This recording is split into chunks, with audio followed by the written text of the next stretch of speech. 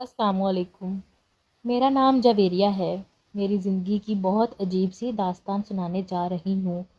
تو بات یہ ہے کہ میں نے ایک غریب گھرانے میں آنکھ کھولی تھی۔ میرے ابو کا انتقال میرے پیدا ہونے کے ٹھیک 3 ہفتے بعد ہوا تھا۔ مجھ سے 3 سال بڑا میرا بھائی احد تھا۔ میری امی جوانی میں ہی بیوہ ہو گئی تھیں۔ گھر کے حالات اچھے نہ تھے، مگر ابو کے انتقال کے بعد بات فاقوں تک آ گئی تھی۔ امی نے کپڑے سی کر ہمیں پالا اور یوں ہم حسرتوں کے درمیان بڑے ہوئے۔ میرا بھائی احد پڑھائی میں اچھا نہیں تھا، اس لیے وہ 12 جماعتوں کے بعد آگے نہ پڑھ پایا اور مکینک کا کام سیکھنے لگا۔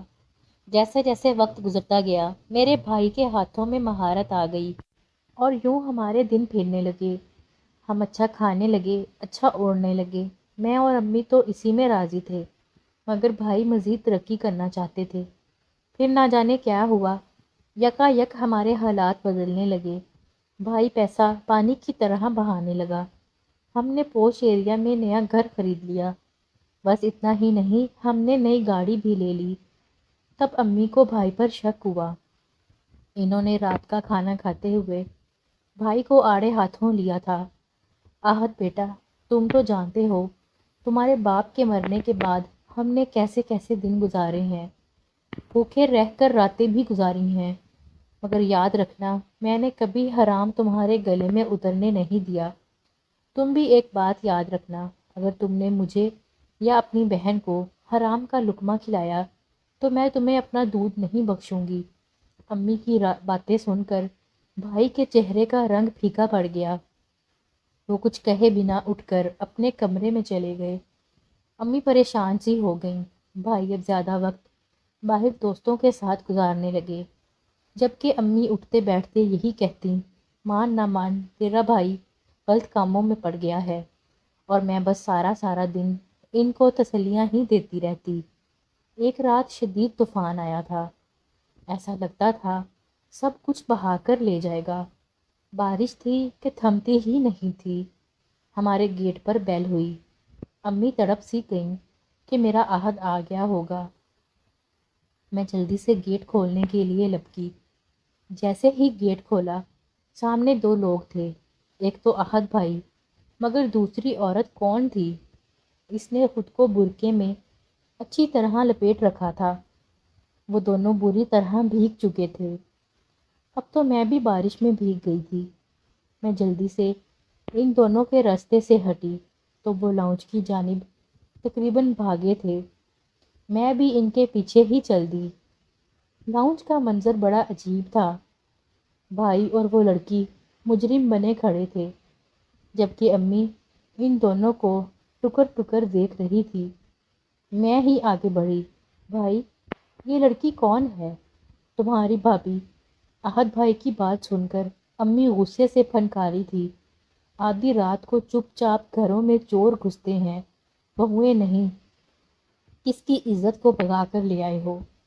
کیوں بڑھاپے میں میرے منہ پہ کالک ملنے لگے ہو؟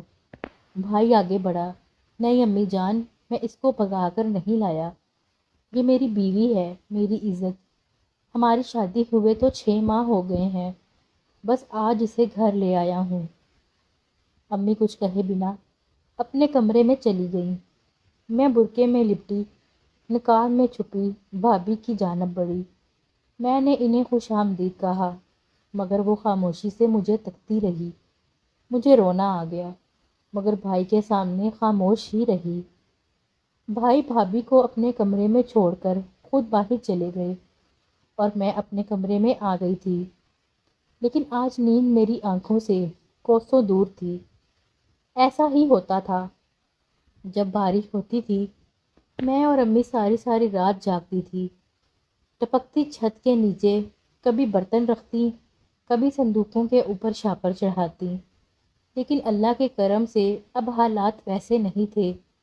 نہ چھت ٹپک رہی تھی اور نہ ہی صحن ندی نالے سا منظر پیش کر رہا تھا، مگر پھر بھی پرانی عادتیں اتنی جلدی کہاں چھوٹتی ہیں۔ میں ساری رات بھابھی کے رویے اور اس کی آنکھوں کے بارے میں سوچتی رہی۔ صبح ہوئی تو امی نے گھر میں خوب ہنگامہ برپا کیا۔ رات تو وہ خاموش رہی تھیں، مگر اب تو بھائی کو خوب لتاڑ رہی تھی۔ بتا مجھے کہاں سے اٹھا کر لایا ہے اسے؟ بھابھی ابھی اپنے روم سے باہر نہیں آئی تھی۔ بھائی امی کے روبرو بیٹھ گیا اور دھیرے دھیرے بولتا چلا گیا، امی آپ ہمیشہ سے جاننا چاہتی تھی نا کہ اتنا پیسہ میرے پاس کیسے آیا؟ تو سنیں، یہ لڑکی فاطمہ ہے، یہ مجھ سے عمر میں کافی بڑی ہے اور بیوہ بھی۔ ایک دن مجھ سے ورک شاپ پر گاڑی ٹھیک کروانے آئی تھی۔ اسے میں اچھا لگا تھا۔ اس نے میری چھان بین کروانے کے بعد مجھے شادی کے لیے پرپوز کر دیا۔ جب میں نے اس کا پتہ کروایا تو میرے علم میں یہ بات آئی کہ یہ کروڑ پتی ہے، آگے پیچھے کوئی نہیں ہے۔ میں نے فٹ شادی کے لیے ہاں کر دی۔ اس طرح اس بیوہ کی ساری جائیداد کا مالک میں بن گیا۔ امی میں اسے گھر نہیں لانا چاہتا تھا کیونکہ یہ گونگی ہے اور اس کی کچھ عادتیں عجیب سی ہیں۔ یہ میرے سوا کسی دوسرے کے سامنے نقاب نہیں اتارتی۔ مجھے ڈر تھا کہ کہیں آپ اس کو برا بھلا نہ کہہ دیں اور ہم پھر سے سڑک پر نہ آ جائیں، مگر مجھے فاطمہ کی ضد کے آگے ہار ماننا ہی پڑی تھی۔ اب میری خاطر فاطمہ کو تنگ مت کیجیے گا۔ بھائی پوری داستان سنا کر اپنے کمرے میں چلے گئے۔ میں اور امی ہکا بکا رہ گئیں۔ اب جو بھی تھا ہمیں بھائی کی بات ماننا ہی تھی۔ میں ناشتہ بنا کر ان کو کمرے میں دے آتی۔ بھائی سارا دن باہر ہی رہتے۔ انہوں نے اپنا کمرہ بھی الگ کر لیا تھا۔ نہ جانے کیوں میں وقتاً فوقتاً بھابھی کے پاس جاتی، ضرورت کی چیزیں پکڑا جاتی۔ میں نے بھابھی کی آنکھوں میں اپنے لیے پیار دیکھا تھا۔ نہ جانے وہ میری احسان مند تھیں کہ میں واقعی انہیں اچھی لگتی تھی۔ یوں وقت گزرتا گیا۔ بھابھی کام کو تو بالکل ہاتھ نہیں لگاتی تھی۔ کام کیا کرنا، وہ تو ہاتھوں سے دستانے اور پاؤں سے جرابیں تک نہیں اتارتی تھی۔ میری کوئی بہن تو نہیں تھی۔ میں نے بھابھی کو ہی بہن بنانے کا سوچا۔ میں بس ان کے پاس جا کر بیٹھ جاتی اور ان سے باتیں کرتی رہتی۔ وہ مسکرا کر سنتی رہتی۔ دن یوں ہی گزرتے گئے۔ مجھے بھابھی کے ساتھ بہت انس ہو گیا تھا۔ بھابھی بھی مجھے مسکراتی آنکھوں کے ساتھ دیکھتی رہتی۔ ان کی آنکھیں بڑے عجیب سے جذبات سے لبریز ہوتی تھی۔ ایک دن میں چھت پر گئی۔ وہاں پر ایک کاغذ کا ٹکڑا پڑا تھا۔ اس کے اوپر گلاب کا پھول بڑے سلیقے سے رکھا گیا تھا۔ میں نے وہ خط اٹھایا۔ وہ میرے ہی نام کا تھا۔ میں لرز اٹھی۔ اس میں صاف صاف لکھا تھا کہ جویریہ، مجھے تم سے محبت ہے۔ میں بھاگتی ہوئی بھابھی کے پاس گئی۔ ان کو میں نے وہ خط کھول کر دکھایا۔ وہ مسکرا دیں، جیسے کہنا چاہتی ہوں کہ یہ تو بڑی اچھی چیز ہے۔ میں نے بھی کہہ دیا کہ میں امی کو دکھاؤں گی یہ خط۔ بھابھی نے زور سے نہ میں سر ہلایا۔ تو بھائی کو دکھا دوں؟ انہوں نے پھر انکار کر دیا۔ میں سوچتی رہ گئی کہ نہ جانے خط لکھنے والا کون تھا۔ ادھر میری امی اب بس انتہا کو پہنچ چکی تھی۔ سارا دن بھابھی کے روم کی طرف منہ کر کے اونچی اونچی بولتی رہتی، کروڑ پتی ہو تو ہو، ہم نے ایسے پیسے چاٹنے تھوڑی ہیں، ایک ہی تو بیٹا ہے میرا، اور وہ بھی کسی عجوبے کو پیا لایا ہے جو نہ ہم میں بیٹھتی ہے نہ ہم نے آج تک اس کا چہرہ دیکھا۔ میں امی کو سمجھا بجھا کر خاموش کروا دیتی، مگر وقتاً فوقتاً انہیں ایسے دورے پڑتے ہی رہتے تھے۔ عجیب تو مجھے بھی بہت لگتا تھا کہ ایسی بھی کیا مجبوری کہ انسان اپنے بیڈ روم میں بھی سیاہ عبایا پہن کر بیٹھا رہے، اور جب میں ان کے پاس جاؤں تو وہ منہ پر نقاب چڑھا لیں۔ آج تک میں نے ان کا ہاتھ تک نہیں دیکھا تھا، مگر بھابھی کی آنکھیں، ہائے وہ آنکھیں ہی تھیں جن کی وجہ سے میں سب کچھ نظر انداز کر دیتی تھی۔ آج 2 ہفتے بعد پھر سے مجھے ایک خط ملا تھا۔ گلاب کا پھول پھر سے اس پر دھرا ہوا تھا۔ جویریہ، تم بولتی بہت پیارا ہو، بس ایک لائن کا خط۔ میں وہ خط لے کر بھابھی کے پاس چلی گئی۔ بھائی نے ہاتھ سے اشارہ کیا کہ لکھا تو سچ ہی ہے۔ میں مسکرا پڑی۔ پھر یوں ہی وقت گزرتا رہا۔ ایک دن امی نے بھابھی کو چائے بنانے کا کہہ دیا تو وہ اشارہ کر کے فٹ سے اپنے روم میں چل دیں۔ مجھے بہت دکھ ہوا تھا۔ بھابھی امی اچھوت تو نہیں ہیں اور نہ ہی ہمارا کچن۔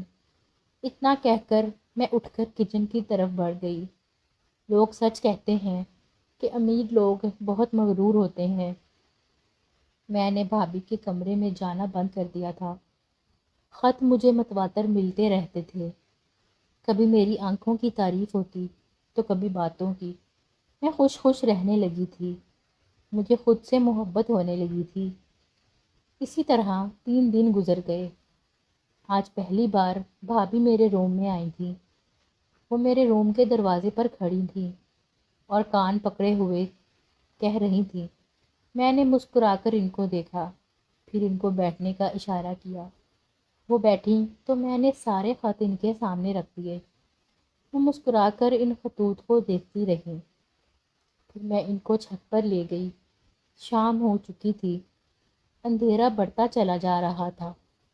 میں اڑتے پرندوں کو دیکھ کر ان سے باتیں کر رہی تھی۔ میں نے ان کو بتایا کہ مجھے آج تک کسی مرد سے محبت نہیں ہوئی، لیکن نہ جانے کیوں میرا من اس خط والے لڑکے کی جانب کھینچا چلا جا رہا ہے۔ امی کی صدا آئی کہ آ کر کھانا کھا لو۔ ہم نیچے جانے لگے تو بھابھی کی نظر خط پر پڑی۔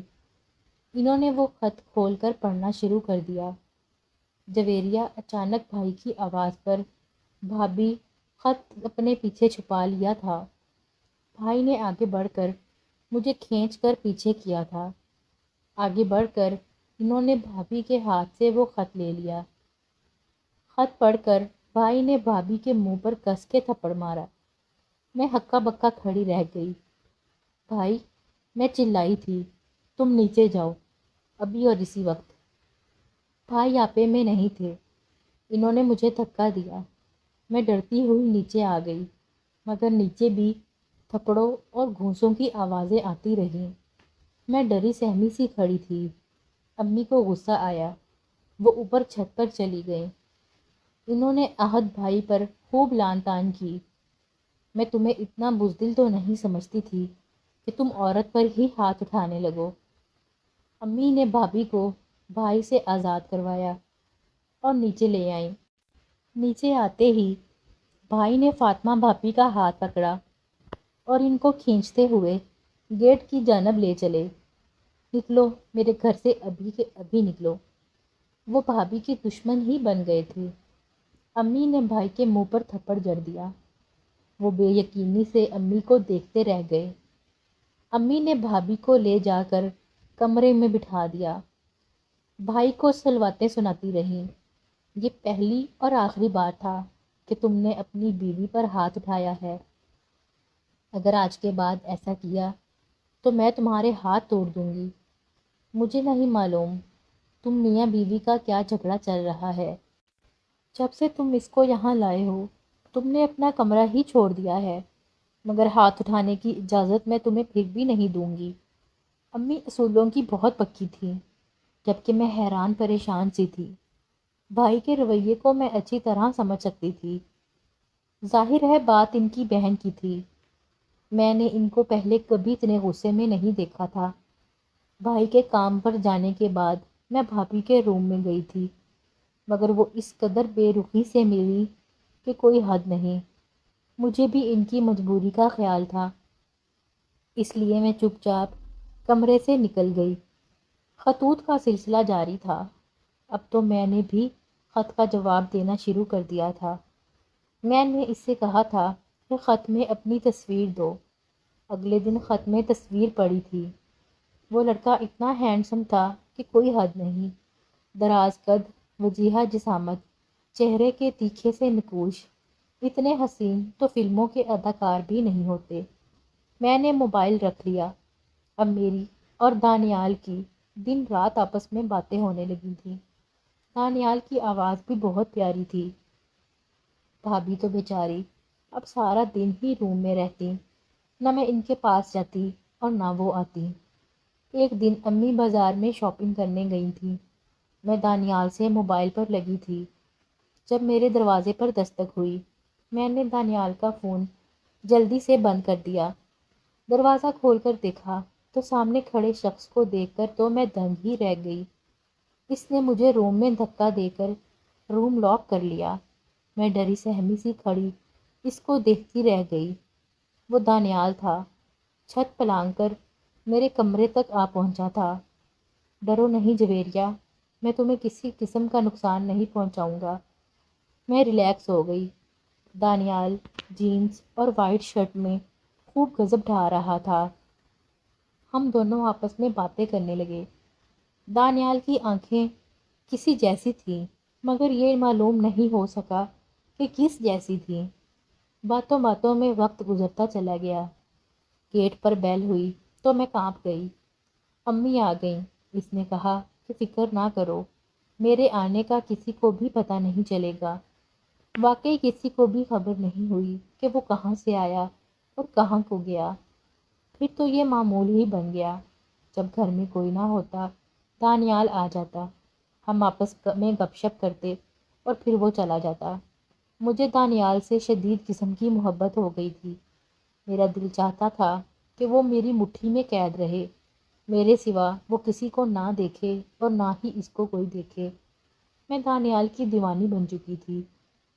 امی کو بہانے سے مارکیٹ بھیج کر پیچھے سے دانیال کو بلا لیتی اور گھنٹوں اس کی باتیں سنتی رہتی۔ اس دن بھی میں نے ایسا ہی کیا تھا۔ خوب دل لگا کر بریانی بنائی اور امی کو دے دی کہ وہ پڑوس والی آنٹی کو دے آئیں۔ امی ان کے گھر سے جلدی نہیں آتی تھی۔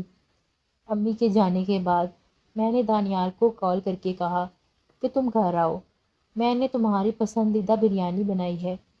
اس نے کہا میری طبیعت خراب ہے، میں نہیں آ سکتا، اور کال بند کر دی۔ میں تو تل ملا ہی اٹھی۔ دوبارہ کال ملائی تو اس کا موبائل ہی بند جا رہا تھا۔ میں غصے سے پھنکار رہی تھی۔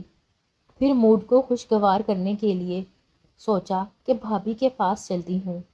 مجھے نہیں معلوم تھا کہ بھابھی کے روم میں جا کر تو مجھ پر غم کا پہاڑ ہی ٹوٹ پڑے گا۔ میں نے ناک کیے بنا بھابھی کے روم میں داخل ہونے کی غلطی کر لی تھی۔ سامنے وہ شخص بیٹھا تھا جسے دیکھ کر مجھے لگا اب میں سانس بھی نہیں لے پاؤں گی۔ ہاں، وہ دانیال ہی تھا۔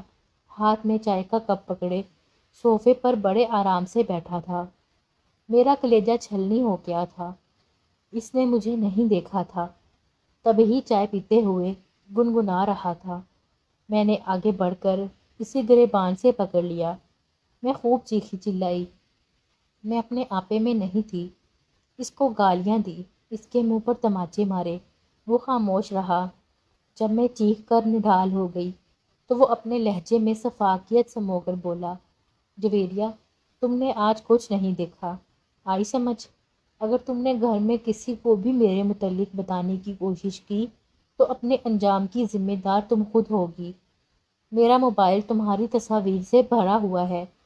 اپنی بھابھی پر الزام لگاؤ گی تو میں تمہیں تمہارے گھر والوں کے سامنے بے نقاب کر دوں گا، پھر کوئی بھی تمہاری بات پر یقین نہیں کرے گا۔ اتنا کہہ کر اس نے میرا ہاتھ پکڑا، مجھے کمرے سے باہر نکال کر دروازہ بند کر دیا۔ مجھے لگا جیسے میں زندہ لاش ہوں۔ کوئی ایسے بھی کرتا ہے کیا؟ کوئی اس حد تک بھی گر سکتا ہے کیا؟ مجھے اب ساری بات سمجھ آ گئی تھی۔ دانیال نے مجھے اپنے مقصد کے لیے استعمال کیا تھا۔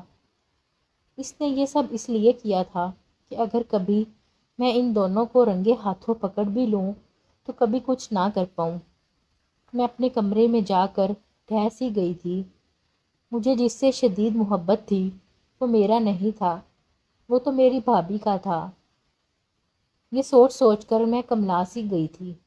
شام تک میں شدید بخار میں تپنے لگی تھی۔ امی اور بھائی بہت پریشان تھے، مگر میں روتی ہی رہ گئی تھی۔ بھائی بار بار وجہ پوچھتے، مگر میں کچھ نہ کہہ سکی۔ مجھے بھابھی سے شدید قسم کا حسد ہونے لگا تھا۔ مسلسل 2 اداروں سے اب میں کچھ سنبھل چکی تھی۔ بخار کا زور ٹوٹ گیا تھا۔ مجھے حسد کی آگ سکون لینے نہیں دے رہی تھی۔ 1 ہفتے بعد جب میں بخار سے کچھ سنبھلی تو سیدھا بھابھی کے کمرے میں گئی۔ بھابھی ہمیشہ کی طرح نیک اور پارسا بنی سیاہ برقع پہنے بیٹھی تھی۔ مجھے شدید غصہ آیا۔ واہ بھابھی جان، پارسائی کا ڈرامہ تو آپ بہت اچھا کر لیتی ہیں۔ گھر والی عورتیں بھی آپ کا چہرہ نہیں دیکھ سکتی، مگر ایک اجنبی دانیال، وہ تو آپ کے روم میں بیٹھ کر چائے تک پی سکتا ہے۔